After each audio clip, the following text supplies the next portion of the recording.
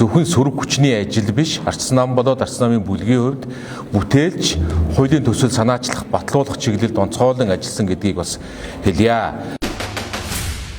Өнгөрж байгаа 2 жилийн хугацаанд эрх баригчид 2 жилийн хугацаанд 3 дахь засгийн газар, 3 дахь ерөнхий сайд, 3 дахь парламентын даргатайгаа үйл ажиллагаа явуулж байгааг буюу 2 жилийн хугацаа алуун тушаал сандал суудлын асуудал эргэцсэн. Өнөөдөр гэхэд улсын хурлаар дандаа томилгоол ярьж байна. Бүтээлч хуулиуд багтаа арчсан намын бүлгийн гишүүд маш олон хуулийн төсөл санаачилж засгийн газраас санал авч улсын хурлд өргөн барьж хэлэлцүүлж байгаа. Эдгээр хуулиудыг одоо нэгтгэн хэлэлцүүлэх нэрийн дор хэрхэн яаж одоо үндсэндээ хэрхэн яаж жижиг хэмжээний одоо арга заалт хуурам эхлэлт энэний цаана явагдаж байгаа гэдгийг бас гишүүд бас та бүхэнд хэлнэ.